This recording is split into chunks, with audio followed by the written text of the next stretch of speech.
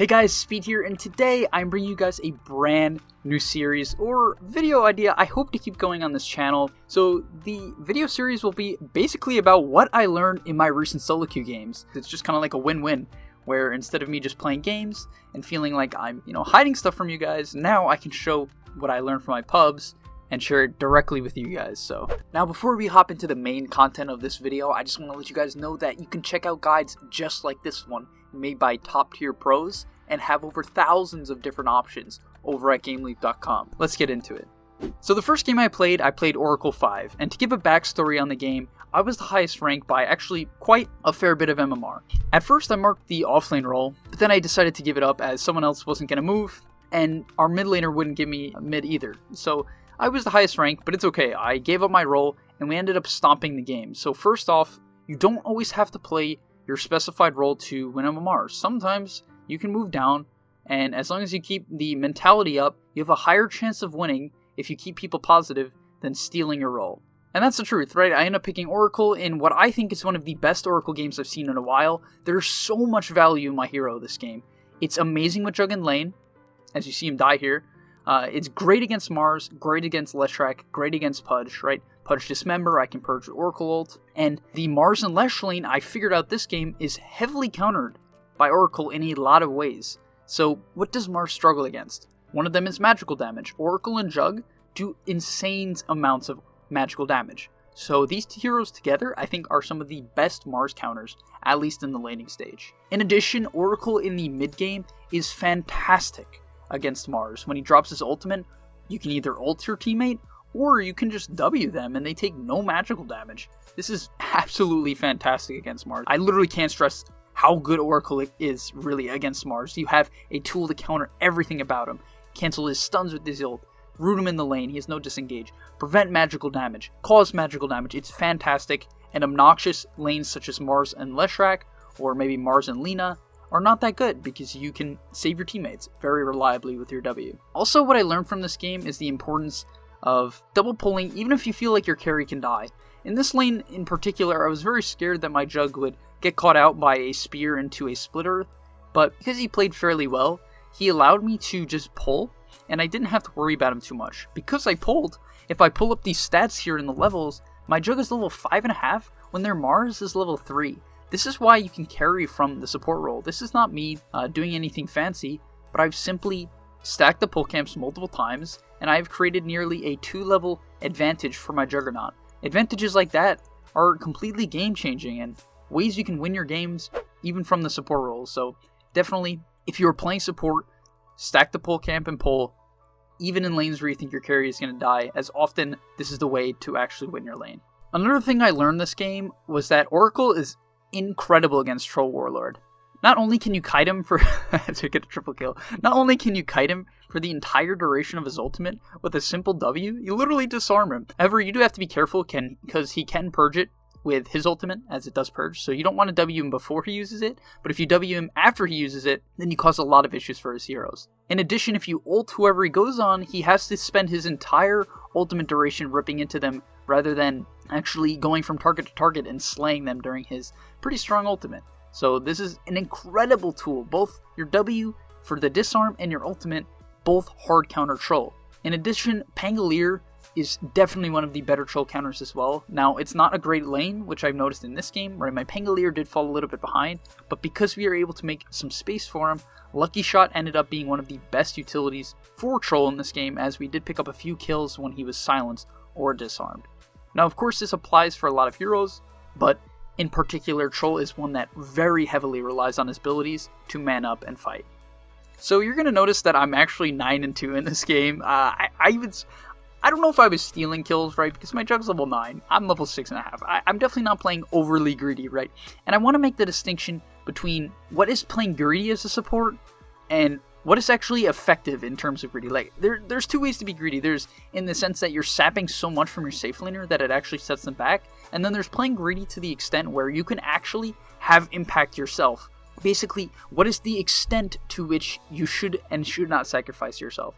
Now, as a hero like Oracle, I love playing him because when I'm ahead and having a good game, I'm likely to get a ton of kills. That's just the nature of the hero, where you have a low cooldown nuke that does a ton of damage. That's just Oracle, right? So one of the reasons why I like playing a greedy hero like Oracle. But to the point of how greedy is greedy, if I am pulling and giving him a free lane, taking his kills doesn't matter at all. Just because I'm taking a few kills here and there, or at least securing the kills, I wouldn't even say taking, it's not necessarily fully intentional. But if I secure him a super good lane and then rotate over for kills, this is not something that should be looked down upon, especially in a game like this, right? I'm 9-2, but if we look at the net worth chart, my Jug is having a fantastic game, right? Nearly top of the charts. Definitely up there compared to Mars. Right, Mars caught up a little bit, but not the end of the world. In addition, getting an early item timing as a position 5 support can be super nice for you. I think a lot of supports in solo queue, because they see pros constantly buying sentries, will do the same, right? They'll spam sentries, they'll sacrifice their own game, they'll buy every single ward, every single time it's off cooldown, instead of actually considering, is there an item timing or a item such as boots or wand or a glimmer cape that I can buy that will completely change this game. Because the harsh reality that I've learned in solo queue, and something that I could take out of this game, is if you don't have items to support, often you're left to your own devices. But this game, I was able to pick up an early Aether Lens, which allowed me to save my teammates from very far away. There was one situation where my Dazzle got hooked into their base, and because of my super high cast range, I was able to save him, which completely changed the fight. If we look at my net worth on the net worth chart, I'm 4,000 net worth. This is super high for a position 5 support, and personally, this happens to me a lot when I'm playing 5. Why? Because I'm not greedy in the lane, as I don't sap a lot of lane XP. However, I do pull enough to the point where when my carry gets a level advantage, then I shift over and get kills, which therefore allows me, because my carry is doing so well, allows me to shift over and pick up easy kills because he has such a level advantage over the offlaner. This is a great way to actually be greedy in a sense, right? Pulling is a very pseudo-greedy mechanic. This is the silence on the troll I was talking about, but pulling, right? It might be looked at as something that is just kind of like to pull the lane back, but how I look at it is actually a way to increase your farm as a support, because you're getting levels for yourself, but in turn, you're allowing your carry to get so far ahead that when you show up for a kill in his lane, there's a high chance you actually get it, and therefore, as a hero like Oracle, you can just steal it and get your next item. Another thing to take out of this game, for myself personally, was the importance of Roshan. Now, my team has a 7k lead at 21 minutes. This is absolutely insane. And right, not every single one of your games are going to be like this, where your team's just absolutely crushing. But when it is like this, what you want to note is that Roshan is the most important objective in the game. No tower, no high ground matters, because half the time when pushing a hard objective such as high ground or a tier 2, you're going to feed. So what do you need to make your odds as high as possible? It's simple, Roshan. And for this game in particular, my team had just fed. Even though we had a huge lead, we still died high ground. So basically what I'm saying is, if your team is struggling to go high ground and they haven't taken Rosh, you need to yell at them. I literally yelled.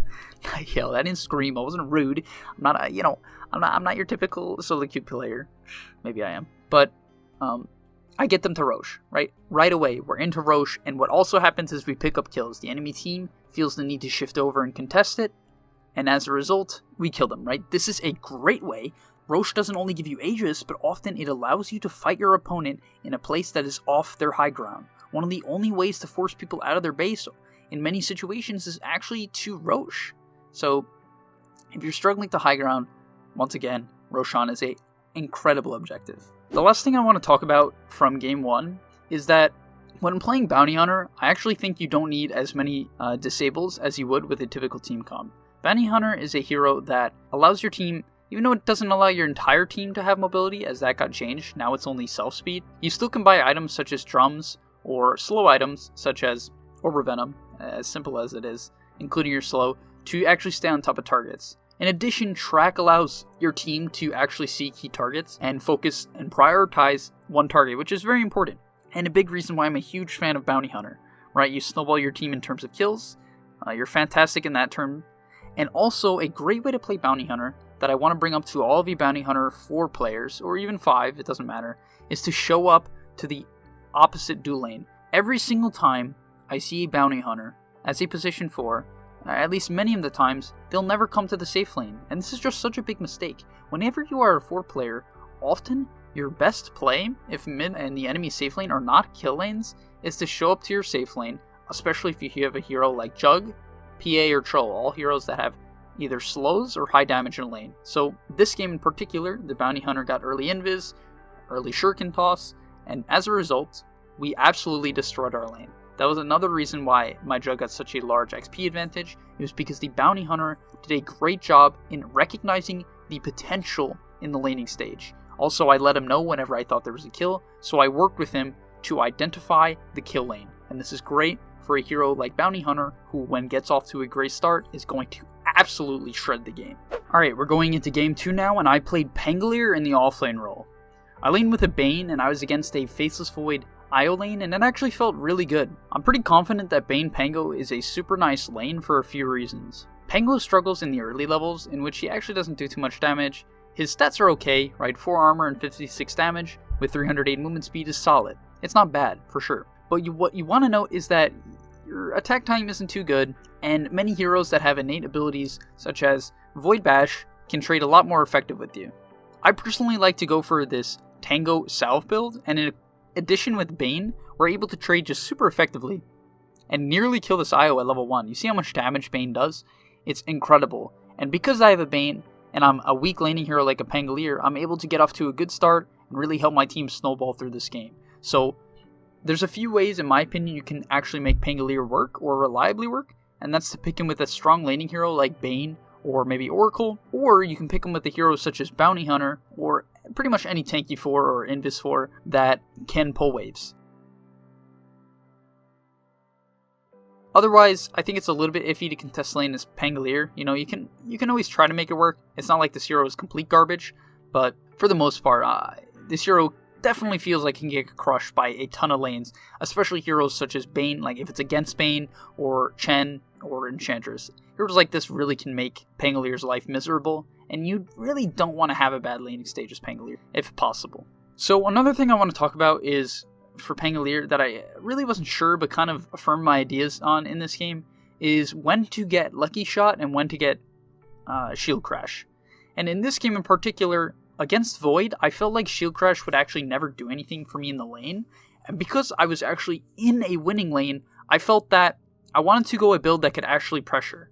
Now, the reason I end up later on in the lane deciding to actually completely skip Shield Crash is because Void's Time Walk walks off the damage of the last 2 seconds. So if I have Lucky Shot at 3 seconds, there's no way he can walk off the majority of the damage, which is super important for me. I want to actually be able to harass him, and getting a silence that lasts for 3 seconds will allow me to actually zone out the Void a little bit, especially if I get an early Javelin. However, if I feel like I can't pressure at all, and I'm with a weak laner, then I'm probably going to want to take Shield Crash, so that I can actually catch up and farm, and do a little bit more damage in the fights, if my team doesn't need the control. In addition, I think it can be a little bit awkward in knowing when you should get a Javelin or Boots, like should you skip Boots or not, and what I would say is, if you feel like you're going to get zoned out, and it's a very hard lane, you have no choice but to get Boots, right? Please, I've seen so many players just still rush a Javelin at like 11 minutes, they don't have Boots, and they're getting a right click down by supports and carries.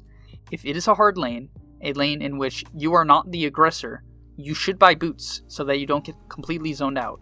Now, are there lanes where Boots don't change anything? Maybe against a hero like Ursa, where, actually that's a terrible example, Ursa's gonna zone you out.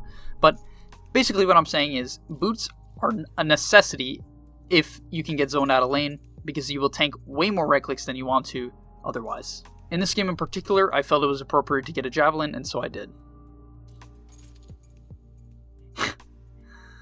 Noob IO, lol. I'm kidding. All respects to Jubei. So I see a lot of players skip Magic Wand on Pangolier, as you see Versatile feed, and apparently he's getting PayPal'd. But what's important to note is that I think Pangolier does a lot with a small amount of survivability. The hero naturally is hard to kill, so having an item like Wand, which is one of the best survivability items in the game, is pretty crucial to actually sustaining and maybe getting it off an extra swashbuckle or your ultimate. It really can be the difference, and in fact, you often have mana problems. But because I have a magic wand, I'll be able to actually maybe get my ult off here if needed, or put in an extra swashbuckle before I go back to base, or in a fight, get off the finishing blow with a swashbuckle that I simply didn't have mana for. There's so much value in wand and I really would recommend buying it on Pangolier. I think it's a super incredible item, and this game definitely reaffirmed that for me. Alright, don't cancel your ult either. Whoops. Ah! So in this game in particular, I made the move or decision not to actually go mid. And I want to talk about it briefly. So in this game in particular, what I thought was the correct play was to get my mech timing and then be more of a menace with levels, right? Because my Ember Spirit was having a fine game, my Terrorblade was doing fine. So overall, I didn't want to rotate until I felt like it was a threat to one of my cores or a tower. So here they actually threaten the top tower, and I'm ready to respond, right? I TP in the trees, and I'm ready to catch them out. But typically, rotating as Pangolier is something that can be very effective, but you want to mix it with farming, and in my opinion, staying in your lane for as long as possible, if you can play the lane, right? If the lane's fine, is typically the best way to go, as it will keep you just on a steady farming pattern, and overall give you the best odds to keep your farm up as well as get kills, right? I do react to a top lane play. That's typically how I like to play. You know, I'll react if I want to keep my farm up and be a core. I'll react rather than setting up, especially in solo queue. I think this is a lot more reliable as communication is limited. That's another thing that I definitely kind of seemed worthwhile in this game, right? I picked up basically a triple kill top because I reacted rather than setting up. People make a lot of uncalculated plays, and I felt like their top push was one of them, right? You can often identify these uncalculated plays throughout the game where they're kind of just pushing a tower because they feel like they have to. And often they won't consider, okay, where's the Pangolier? How farmed is the Pangolier? Should we worry about the Pangolier? And should they have worried about the Pangolier? Yes, they should have. But they didn't, so they die. So the next thing I want to talk about is item decisions that I kind of came to the realization of when going a slightly different skill build. In this game in particular, because I maxed out my Swashbuckle, if I wanted to be able to reliably kill creep waves, I would have had to rush the Maelstrom. Of course, by the time I get it, I do actually already have max shield crash, and this can often be the case, as I don't really want to max Lucky Shot. I only put 3 points in for the point I talked about earlier, but what I want to note is if you do not have your W maxed out, reliable way to increase your farm and one-shot creep waves is by getting a Maelstrom. It's as simple as that. You purchase Maelstrom and it allows the chain lightning to clean up the creep waves, which will therefore keep you off the map and less likely to die. So Maelstrom, in a sense, actually can keep you alive as Pangolier when split pushing. Another thing that kind of caught me off guard here was how fast my Terrorblade actually farmed, and I think a lot of this came down to the fact that me and my Ember Spirit were so willing to play together. I think having a dual core such as Ember and Pango is just super deadly, simply for the fact that even if your ganks don't go that well, you'll still have the backup of a hard carry, right? I mean to say, and what I should expand on, is that in addition to this combo, I think it's very nice to have a hard carry. When you have two roaming heroes that can push in lanes and look for kills around the map, having a backup such as Terrorblade is incredible. So if you have a last pick for mid or off lane or even safe lane, and you notice that you can complete one of these aspects, whether it's the second mobility hero, like the second roamer, or the ultra hard carry, then I think it's good to note, right? Because if you invest into too much of one of them, whether it's having 3 hard carries, you'll fall behind. Your team will not have enough space on the map. Or if you have 3 gankers, such as like Pangolier, Weaver, and Ember Spirit, not that this can't work, right? It can if you're really snowballing hard enough. But often what will happen, especially in solo queue, with a lack of communication, your team will not be able to make the plays necessary to actually keep up the farm with their hard carry that will most likely be an illusion carry or a Battle Fury agility carry. Or even a Midas Lifestealer, who knows? Alright, Mars is a big yuck. I don't know, he just tanks all the damage, dude. Terrorblade's hitting him for like whole duration of meta, and he doesn't die. That hero is yuck. But we have actually a lot of good heroes to deal with them. As I talked about the Oracle from last game, big height. Maybe my teammate realized that. I don't know when the Mars picked, but that's definitely a super good counter pick. Bane is pretty good in the sense that you can Nightmare who gets speared, and Pango and Ember deal a ton of magical damage that I think pretty self-explanatory, right? The hero doesn't do particularly well against magical damage. Finally, what I want to talk about in this game that I kind of wasn't so sure about is the idea of switching off your item build. Now, changing your items to be game dependent is fine. Like in this game in particular, they had a Tinker who was preventing us from ending the game. so I wanted a pipe.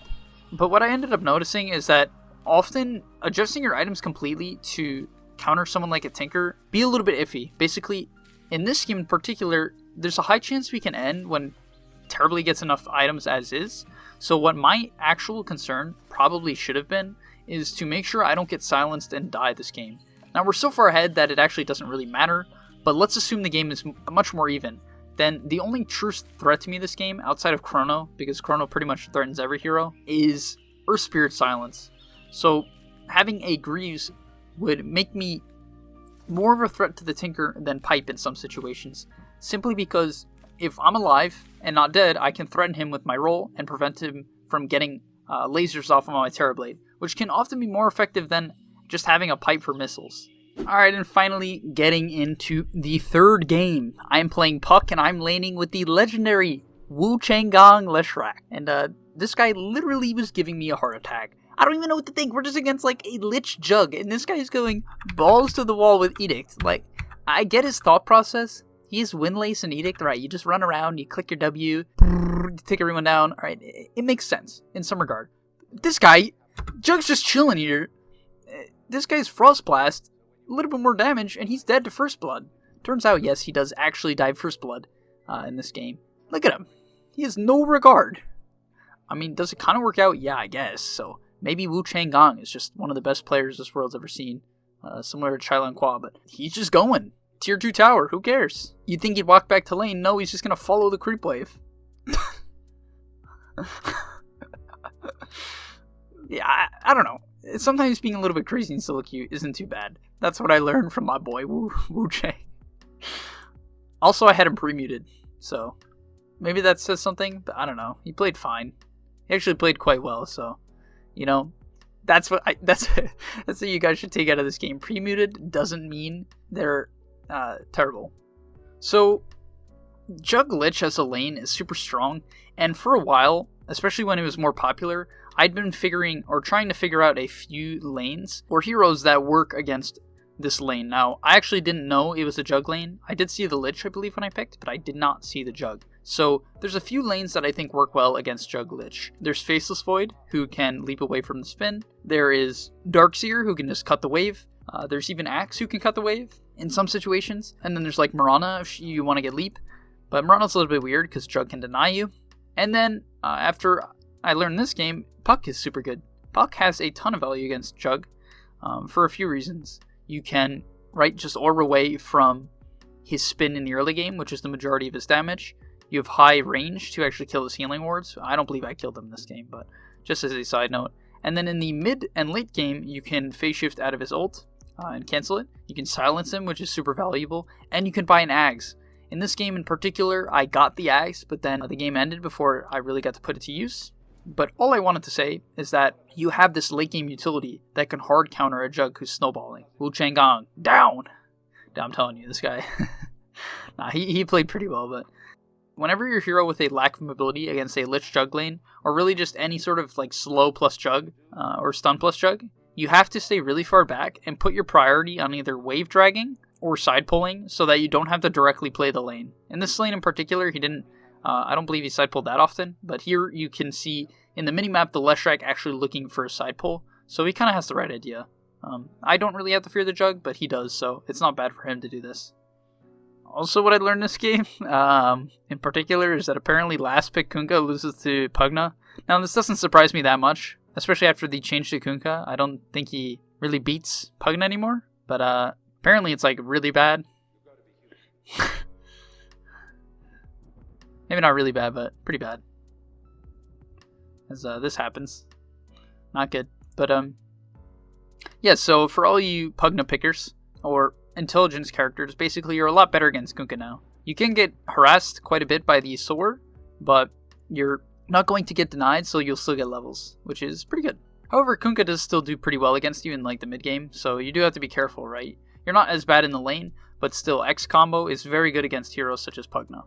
Now, Puck has a lot of different item options, contrary to popular belief.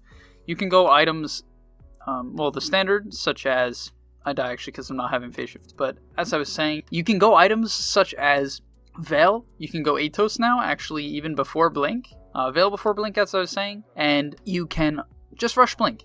So you do have quite a bit of options. And Midas, I'm sorry, I forgot that one as well. A lot of people go Midas. But basically what I'm saying is there are a lot of items on Puck. Now in this game in particular, I thought I was going to go for the Atos, as my team doesn't necessarily lack control, but heroes like Rubik and Lesh don't reliably set up kills, and my Kunkka was quite a bit behind, so I felt the need to maybe provide a little bit more of control. Now I ended up not even buying the item, to be perfectly honest, as my team was doing fairly well and I wanted to go more stats based, so I ended up going for Treads and Veil. In my personal opinion, rushing items such as Blink on Puck often limits what you want to do and can often bait you in actually to going for deep dives, basically making plays that you shouldn't. It's similar to the recent build on Ursa where you're going drums instead of Blink early, where you basically don't want to bait yourself into going this early Blink item that doesn't necessarily secure you kills, as many heroes still can disengage and can often get you killed because you blink faster and farther than your team can actually reach. Side note, Pangolier, really annoying against Puck. It goes both ways, so I just want to make it clear that if you're picking Puck to counter Pango, as I believe I did in this game, to coil him when he ults, which is super valuable, right? If you didn't know that already, you can coil Pangol during his ultimate, which completely stops him in his tracks. Even when he's rolling, he literally just stands there. A ton of pro teams have been picking this as a counter, and it's super, super useful. However, Lucky Shot destroys Puck. I mean, there's no other way to put it. It's very hard to react to, because he can use it from so far away, and he can just get a silence off. But overall, I would say this is more of a Puck favored matchup, but it definitely can go both ways. Why did Puck have to get a haste? All I figured out from this game is that I hate haste runes when I'm behind. Man, we would have gotten a catch-up kill there, but not the end of the world. Now, in a game like this, I think it's very confusing to figure out actually where you should farm and when you should farm. And to be perfectly honest, it's really hard to know exactly what you should do. Basically, as Puck, I actually think what I'm doing right now is a little bit detrimental, potentially, because this is a good, safe lane at this point, right? If my PA wants to farm here in the triangle, this is a good place for her to farm. So me pushing in this lane can be a little bit awkward.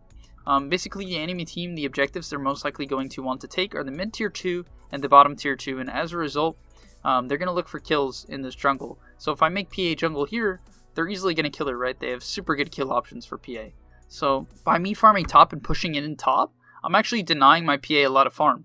This might not be something you've considered before, but definitely try to look into giving your carry some structure, right? In this game in particular, as you watch me take a pretty solid fight, try to direct your hard carries. Often what I'll do is, when I realize that I shouldn't be farming somewhere that I am, I tell them, okay, go top. I'm sorry, maybe I don't apologize, but I say, you can farm top. I shouldn't be farming this. Let me take the hard farm.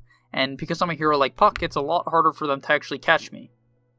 Wu Changong making big plays. But yeah, as I was saying, basically now I go bottom, and I think this is a lot better, right? I can push in bottom, spread out the farm, keep our net worth up, but not take a lane in which PA can safely carry, right? Because the purpose of Puck in this game, and one of the best values, is your ability to clear creep waves safely. That is one of probably the strongest aspect of Puck, actually. Definitely that people underrate, for sure. And you notice here, of course, I'm not ready to take a fight with my team, which is a little bit awkward. It's actually even surprising that they invade. They're pretty smart of the other team in some regard, seeing that I'm bottom. I just thought they'd be too afraid to make a play like that. But regardless, right now my PA can take top farm, I get Jug to TP bottom, and because Jug TP's bottom, my PA can get some safe farm as the Pugna runs at her. Or maybe it's not that safe, but the point is, you want to open up the map when you're playing a hero such as Beastmaster, Nature's Prophet, Puck, anyone who can safely push in lanes. Especially in this game in particular, I realized that I'm able to create a lot of space for my PA, not by ganking for her, but rather by spreading out the map and opening it up. So the next thing I figured out is that my Kunkka is an absolute psychopath. He bought Boots of Travel as a second item on Kunkka. Who does that? I mean, why would he do this? Who buys Boots of Travel? He loses his lane and then goes Boots of Travel. What the? Next thing I learned, this farming pattern right here that I actually just showed in that clip is super efficient. Basically, you push out this camp, and then you use your orb to farm the small camp. Just a really nice efficiency play, because you're going to push out the lane, and then you can move over here. It's just a great way to keep up your farm. Alright, I take it back. Look at these bots, dude. Look at these bots. We get a kill because of these bots. Jesus. Coming up here, I actually forgot how good Yules is against Puck. I didn't realize that they're Pugna to Yules, but Yules is actually a counter to Puck in some ways, because if Puck orbs out and you Yules him, he can't go to the orb, and I die because of it. So if you're struggling to catch a Puck and he is going Yules himself, you can pick up Yules to prevent him from orbing away. It's a pretty nice option. So here, we're looking to take a fight. Alright, this is hilarious. Look at this Netherboard, guys. My guy steals... I don't even think he was trying to steal Netherboard. He steals max level Netherboard with Spell Amp. Dude, look at... I didn't know how good this was. This Pugna? You just straight up died to the Netherboard, basically. And a Fade Bolt, of course. And then we steal Roche. Even the Jug died. I actually don't even know how. Oh, I think he also died to Netherboard. I didn't even realize this in the game. I think he died to Netherboard. Does he try to spin? Oh, I think he tried to spin and it killed him. Yeah, because he didn't... Oh my gosh. Alright. Stealing Netherboard, and Netherboard in general, is really underrated spell. It does a lot more damage than you would think. And here you see the interaction of me coiling a Pangolier. For some reason he's invisible. He's not actually invisible. But melee heroes can even hit him sometimes when he's coiled, as you see here. And it keeps him in place and burns his entire ult duration. Super nice counter. Also, what I want to say, this game, something that I really kind of became sure of, is the importance, or not even the importance, but the value in roaming as a position 3 hero. Now, let's talk about why. In this game in particular, I'm a Puck, right? They have a Pangolier, a Bounty Hunter, a Pugna, Lich, all very hard to kill heroes, right? They all have pretty good defense mechanisms. Puck is definitely a very good hero at catching, and many offlaners have a lot of catch mechanic. In addition, because of how the meta is structured, a lot of offlaners will have very good lanes. So if you happen to be one of these offlaners, or even safe laners, roaming around and making plays, even if it sets you back in terms of levels a little bit, overall can really amp your team's overall net worth for a few reasons. It will create a lot of space for your safe laner or mid laner, but more importantly, it will create a lot of space for your position 4 hero, especially if they pick a hero that has farming capabilities such as Leshrac. In fact, my teammates were arguing over mid, so I told one of them, I want to roam as position 3, I'm not going to play greedy, you pick a greedy position 4 and farm. And this is often a great way to entice mid laners. A lot of mid laners are just very greedy players, or they want to have a lot of impact. So I offer them a farming position 4 role. And as a result, you can see my Leshrac is not necessarily super farmed, but he's a pretty high level. If we look at the levels, yeah, right, Lich is 11, even their Bounty Hunter is 13. Leshrac is level 16. That is huge. He's basically a core in some sense, just based on levels, right? Not in terms of items, but in terms of levels. So what can happen when you play and use your advantage to roam is that your position 4 can catch up and basically make up for the farm that you're missing by farming when you're rotating. Now, sometimes you want to play together, right? You don't always want to just have your 3 fighting when your 4 is farming and your 4 farming when your 3 is fighting. I think I just said the same thing in a row twice. I don't know. But, yeah, don't always split up. But in situations where you feel like you can make all the plays alone, construct or instruct your position 4 to farm, make the plays, and overall increase your team's net worth lead. Alright, thank you guys so much for watching the first episode of this new series. I really hope to keep this going. You know, I'm not certain how you guys will respond to this. I think it's a pretty cool idea where... Alright, the Pugna denied himself. But it's a cool idea where I can share some of my knowledge and use what I learned from pubs and bring it to you guys here at gameleap. So definitely in the comments down below, let me know what you guys think of this new series. Yeah, I'll see you guys in the next episode. Hopefully you guys enjoyed the video, but before I leave you, I just want to let you know and remind you that over at gameleap.com we have thousands and thousands of guides made just like this one by top tier pros so that you can learn the game of Dota in depth and gain MMR as fast as possible.